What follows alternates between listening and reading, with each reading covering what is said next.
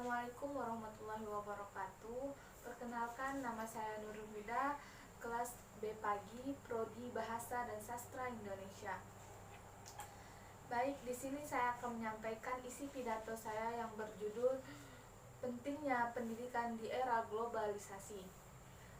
Yang saya hormati dosen Pak Aki Suliansah, SPD MPD, dan yang saya sayangi teman-teman yang hadir di ruangan yang penuh barokah ini. Alhamdulillah, alhamdulillahirobbilalamin. Assalatu wassalamu ala asyrafil anbiya'i wal mursalin wa ala alihi wa sahbihi ajmain, amma ba'd. Pertama-tama, marilah kita panjatkan puji syukur kita kehadirat Allah Subhanahu wa Ta'ala yang mana telah melimpahkan rahmatnya kepada kita. Berkat ridhonya kita dapat berkumpul di ruangan yang di pagi yang cerah ini dalam keadaan sehat walafiat. Kedua kalinya, sholawat serta salam tak luput kita curahkan kepada Nabi besar kita, Nabi Muhammad Sallallahu Alaihi Wasallam, yang mana telah membawa kita dari zaman jahiliyah menuju zaman Islamnya. Ketiga kalinya, berdirinya saya di sini, saya akan menyampaikan isi pidato saya yang berjudul Pentingnya Pendidikan di Era Globalisasi. Pendidikan merupakan investasi jangka panjang yang harus ditata, disiapkan dan diberikan saran dan prasarananya dengan harapan agar kita dapat mencapai kompetensi, yakni perpaduan pengetahuan, sikap, dan keterampilan yang terrefleksikan dalam kehidupan sehari-hari. Jadi, pendidikan merupakan kewajiban dalam kehidupan sehari-hari. Jadi, pendidikan merupakan kewajiban bagi semua warga negara yang harus dilaksanakan untuk meningkatkan kemajuan negara. Maju dan mundurnya satu negara ditentukan dari pendidikan yang diterapkan negara tersebut. Jika suatu negara ingin maju di bidang industri, maka warga negara harus diciptakan untuk membuat barang-barang produksi yang berkelas.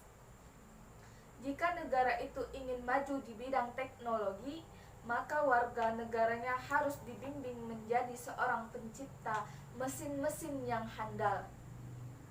Begitupun Indonesia, jika ingin meningkatkan kesejahteraan rakyat, maka warga dihasilkan harus seorang yang multi talenta sehingga dapat menyesuaikan diri dalam keadaan apapun.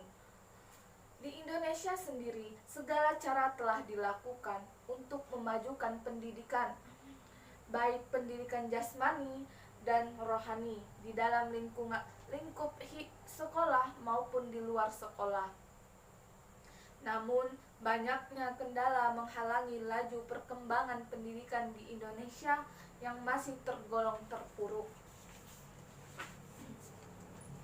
Padahal di zaman yang serba modern ini kita dituntut untuk terus berpacu menggali ilmu pengetahuan. Andai kita lengah sedikit saja, kita akan tertinggal dan semakin terpuruk. Dari mana kita bisa mendapatkan ilmu pengetahuan jika kita tidak ingin belajar? Kita semua tahu dengan belajar Indonesia dulu bisa keluar dari kubang kebodohan. Namun sayang, kini pendidikan di Indonesia bukannya bertambah baik, malah bertambah buruk.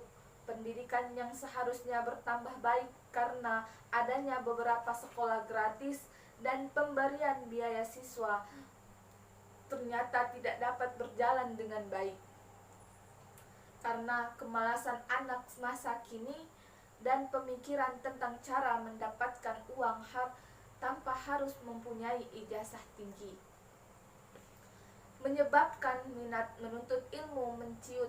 Mereka tidak tahu berapa pentingnya pendidikan bagi masa depan mereka kelak. Mereka malah melakukan kegiatan-kegiatan tak bermanfaat seperti membolos, pergi ke sekolah tetapi tidak masuk, dan membuat onar sehingga meresahkan warga. Maka dari itu, peran orang tua dibutuhkan dalam permasalahan ini. Bagaimana orang tua bisa mengawasi agar anak-anak mereka tidak melakukan hal-hal yang kurang baik tersebut? Sekolah seharusnya mendukung pengawasan dari orang tua dan bekerja sama untuk mengontrol keberadaan anaknya. Bukan hanya orang tua dan sekolah yang berperan dalam permasalahan ini, pemerintah juga harus turun tangan untuk memperbaiki keadaan yang masih propaganda ini. Pemerintah seharusnya mengambil tindakan yang lebih keras agar para siswa dapat menaati peraturan sehingga pendidikan di Indonesia bisa maju.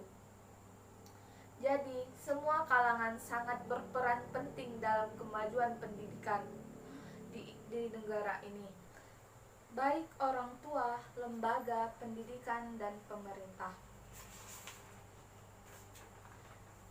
Untuk teman-teman saya, janganlah membolos atau membuat onar, karena jika kita melakukan itu semua, sama saja kita menghancurkan masa depan kita dan masa depan negara kita tercinta ini.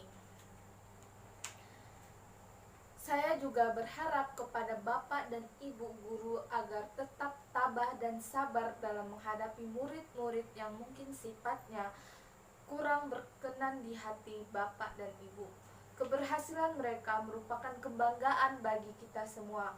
Jangan pernah mencoba untuk membuat guru marah dan sedih, karena mereka kita bisa berhasil kelak. Selain itu, ayo kita semua bersama-sama berjuang untuk mencapai cita-cita serta memperbaiki pendidikan di Indonesia. Semua itu tergantung pada diri kita sendiri, bagaimana kita bisa menguasai diri kita. Bagaimana kita berusaha mengharumkan nama Indonesia di kancah internasional. Ayo semangat, tunjukkan kecermalan Indonesia. Sekian pidato yang dapat saya sampaikan. Semoga semua dapat mengerti betapa berartinya pendidikan bagi kita, dan jangan lupa apa yang telah diharapkan dari kita semua.